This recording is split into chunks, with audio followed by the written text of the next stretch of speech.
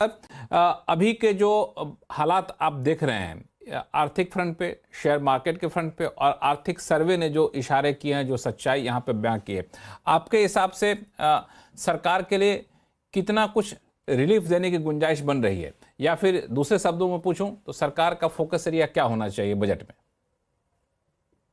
देखिए, जैसा कि इकोनॉमिक सर्वे ने क्लियरली कहा है, उन्होंने हमको एक चॉइस दिया है। उन्होंने सबसे पहले ये कहा है कि ये बहुत ही विरोधाभास वाला समय है भारत के लिए, कि जब हमारा मैक्रो यानी मैक्रो पैरामीटर्स सबसे स्ट्रांग है। उन्होंने इसको पैराडॉक्स ऑफ 2025 कहा है कि जब हमारा जीडीपी ग्रोथ 8% के आसपास है, जब इन्फ्लेशन लगभग जीरो के पास है, करंट अकाउंट डेफिसिट 1% या उसके आसपास है, और हमको अपग्रेड्स मिले हैं रेटिंग्स में, फिस्कल कंसोलिडेशन हो रहा है, ऐसे समय में रुपए का गिरना 6-7% पिछले 12 महीनों में, ये एक बहुत बड़ा विरोधाभास है। और ये दर्शाता है कि जो भी फिस्कल पॉलिसी में, बजट में जो भी हम नीतियां जिनके ऊपर गौर करेंगे, वो बेसिकली हमें ये मोमेंटम कंटिन्यू करने के लिए और इकोनॉमिक ग्रोथ के रेजिलियंस के लिए क्या जरूरी है, वो हमें तय करना होगा, हमें उस पर काम करना होगा। कुछ चीजें जो नियर टर्म है कि हमारा रेजिलियंस कैसे बढ़ेगा, उसके लिए ग्रोथ सर्टेनिटी कहां से आएगी, हमको कॉम्पिटिटिवनेस पे ध्यान देना है, manufacturing competitiveness, ease of doing business पे हमको काम करना पड़ेगा, जिसमें कि कस्टम्स ड्यूटीज को भी पूरी तरह से रैशनलाइज करने का समय आ गया है। दूसरा, हमको ये विश्वास दिलाना होगा इन्वेस्टर्स को और बाजार को कि जो फिस्कल कंसोलिडेशन पाथ पर हम रहे हैं पिछले 4-5 साल से, उसको हम अबैंडन नहीं कर रहे हैं। हम डेट टू जीडीपी की तरफ जा रहे हैं एज ए मेट्रिक, पर हम कंसोलिडेशन को अबैंडन नहीं कर रहे हैं एज अ पॉलिसी। तो मेरे ख्याल से वो उसको रिआइटरेट करना और उसको ठीक से कम्युनिकेट करना बहुत जरूरी है, बॉन्ड मार्केट्स के लिए, इक्विटी मार्केट्स के लिए, इन्वेस्टर्स के लिए।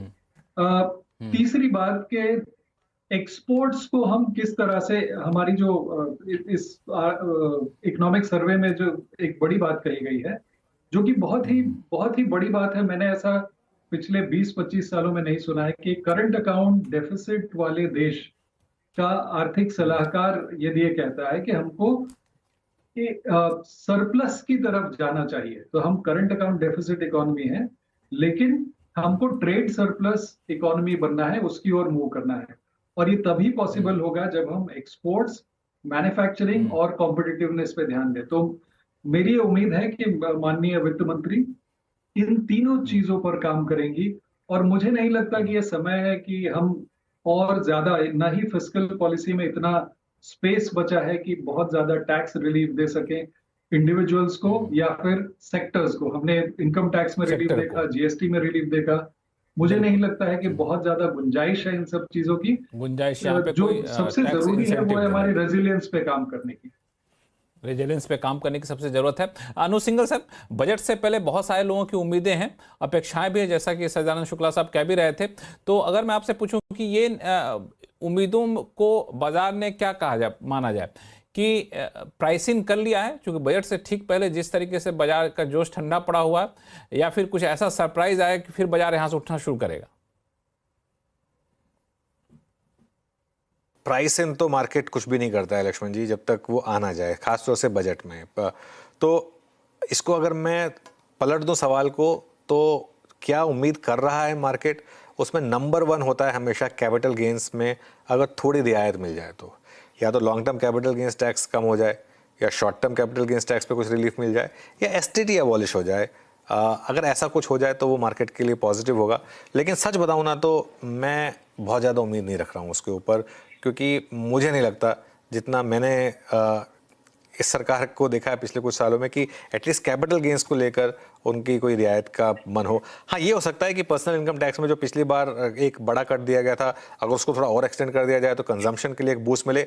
वो सरकार का बहुत क्लियर व्यू रहा है, क्योंकि जीएसटी कट भी आपने देखा था। तो अगर वहाँ कुछ आ जाए तो वो पॉजिटिव हो सकता है। हालांकि मुझे भी उम्मीद कम है, लेकिन उम्मीद पर दुनिया टिकी हुई है। ब्रेक पे जाने से पहले सुदीप बंदोपाध्याय जी ने कहा भी था कि शायद ये कट कर दे तो जो निवेशकों को बड़ी राहत मिल जाएगी। सुनील सुब्रमण्यम साहब, आप कितने होपफुल हैं? देखिए, मुश्किल चीज है। मैं अभी डेटा निकाल रहा था और देखा कि लास्ट ईयर, दैट इज 2023-24 का 1 लाख करोड़ के करीब था एलटीसीजी और एसटीसीजी। और इस साल की जो 24-25 की अभी डेटा सामने नहीं आई है, मगर एस्टिमेट्स है कि 1,31,000 करोड़, जो कि पिछले साल 4.9% ऑफ डायरेक्ट टैक्स कलेक्शन था, इस साल 5.7%। तो अब ये एक बहुत मीठी 1,30,000 करोड़ जो पूरा इनकम टैक्स वेवर दिया था, उससे ज्यादा है एलटीसीजी और एसटीसीजी का कलेक्शन। तो इतना आसान नहीं है गवर्नमेंट को 1 लाख करोड़ का इनकम को गिव अप करना। तो मुझे, एंड वो 5% ऑफ डायरेक्ट टैक्स कलेक्शन है, तो मेरे ख्याल में उसकी होने की उम्मीद शायद कम है। मगर एक चीज उसको सपोर्ट कर सकती है कि जैसे इकोनॉमिस्ट, मेरे दोस्त इकोनॉमिस्ट ने कहा था कि रुपी का वीकनिंग एक बहुत बड़ा मुद्दा बन गया है और उसका मेन कारण था एफआई का आउटफ्लो। तो normally finance minister capital markets या एफआईआईज उनकी तरफ कुछ ध्यान नहीं देती, because economy he main challenge है, मार्केट उतना नहीं। पर इस बार शायद क्योंकि एफआईआईज की आउटफ्लो ही रुपी पे दबाव डाल रही है, despite macro economic fundamentals being very solid. तो मेरे ख्याल में वो कुछ चीज शायद एफपीआईज के लिए एलटीसीजी हटा सकती है, ताकि वो सेंटिमेंट अगर पॉजिटिव हो जाए तो रुपये में वीकनिंग उतना बहुत कम हो जाएगा।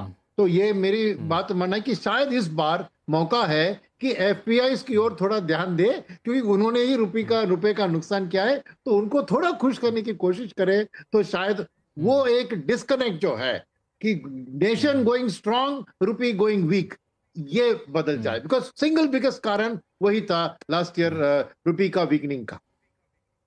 लेकिन अब आपने जो डेटा दिया, उस समय का डेटा दिया जब बाजार में बहुत तेजी थी। तो जब तेजी थी तो उस वक्त जो है वो पैसे आ रहे थे, लोग अब निकाल के पैसे जा रहे हैं। वो 4% पूरे डायरेक्ट टैक्स से कलेक्शन का आएगा इस बार भी, ये कहना थोड़ा सा मुश्किल होगा। ये देखने वाली चीज़ होगी, लेकिन सरकार के ऊपर है ये तय कैसे करेंगे। सुदीप सर, इसमें अगर मैं थोड़ा सा सवाल को आपको अलग तरीके से पूछूं कि जिस तरीके से बजट से ठीक पहले बाजार में गिरावट देखने को मिली 3 दिन की तेजी के बाद, तो बाजार कुछ सेंस कर रहा है क्या कि बहुत कुछ राहत वात नहीं उम्मीद रखनी चाहिए इस मोर्चे पे? लक्ष्मण जी, ये मुद्दे पे आने से पहले 1 मिनट के लिए मैं सुनील साहब का जो पॉइंट है उस पर थोड़ा रिस्पॉन्ड करना चाहता हूँ।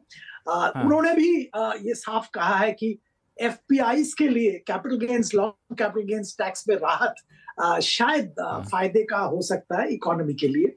अब उन्होंने एक बहुत अच्छा मुद्दा सामने लाया है कि ये जो इतना बड़ा रकम कलेक्ट करते हैं सरकार, वो कहां से आएगा, क्योंकि 1 लाख 1.5 लाख करोड़ बहुत बड़ा अमाउंट है बजट के कॉन्टेक्स्ट में, तो वो पैसा कहां से आएगा।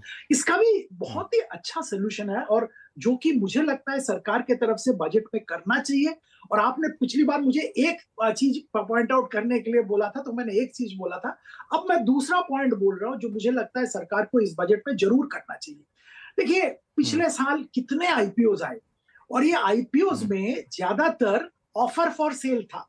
इसका मतलब प्रोमोटर जो है वो अपना पैसा निकाल लिए है, एक अच्छा वैल्यूएशन पे अपना पैसा निकाल लिया है। इसमें कोई बुराई नहीं है, उन्होंने रिस्क लिया, इन्वेस्ट किया, कंपनी अच्छा परफॉर्म कर रहा है, आईपीओ के जरिए वो पैसा निकाल रहे। पर अनफॉर्चुनेटली सरकार, जो कि सबसे बड़ा शेयर होल्डर है, उन्होंने कुछ नहीं किया, खास कुछ नहीं किया। अपॉर्चुनिटी तो बहुत है, जो सारे सरकारी कंपनीज हैं उनके शेयर्स कहां से कहां गए हैं। सरकार की तरफ से ये डाइवेस्टमेंट की तरफ ज्यादा ध्यान नहीं दिया गया। मुझे तो लगता है ये एक क्रिटिकल लैक्यूने है हमारे जो कंट्री का जो फाइनेंशियल मैनेजमेंट हो रहा है, इसका एक अगर लैक्यूने, सिंगल लार्जेस्ट लैक्यूने अगर आप कहें, तो मुझे तो लगता है ये डाइवेस्टमेंट पे ध्यान ज्यादा ना होना एक बहुत बड़ा लैक्यूना है। मैं ये नहीं कह रहा हूं कि सरकारी कंपनीज को प्राइवेटाइज कर दो जिसमें कि पॉलिटिकल बैकलैश ये वो। अब आप हिंदुस्तान जिंक में एक छोटा सा शेयर होल्डिंग देखे बैठे हो, वेदांता कंपनी मैनेज करता है, वेदांता ग्रुप का कंपनी है, पर आपका एक शेयर होल्डिंग है। अब वेदांता जाके उसका एक हिस्सा ऑफर फॉर सेल के जरिए बेच रहा है, सरकार की तरफ से क्यों नहीं एफर्ट लिया जा रहा है? इतना अच्छा वैल्यूएशन हिंदुस्तान जिंक सिल्वर का रैली के कारण हो गया है, तो क्यों नहीं एफर्ट लिया जा रहा है? ऐसे मैं आपको मतलब पूरा शाम गिना सकता हूं कितने सरकारी कंपनीज हैं और कितना बड़ा शेयर होल्डिंग सरकार लेके बैठा है, जहां पे थोड़ा थोड़ा डिसइन्वेस्टमेंट करना बहुत ही जरूरी है सरकार के लिए, रकम इकट्ठा करना। देखिए, टैक्सेशन एक लेवल तक आपको ले जा सकता है, पर अगर आप अपना कैपिटल अकाउंट से भी पैसा नहीं निकालोगे, सक्सेसफुल कंपनी में डिसइन्वेस्टमेंट नहीं करोगे, तो क्या फायदा है?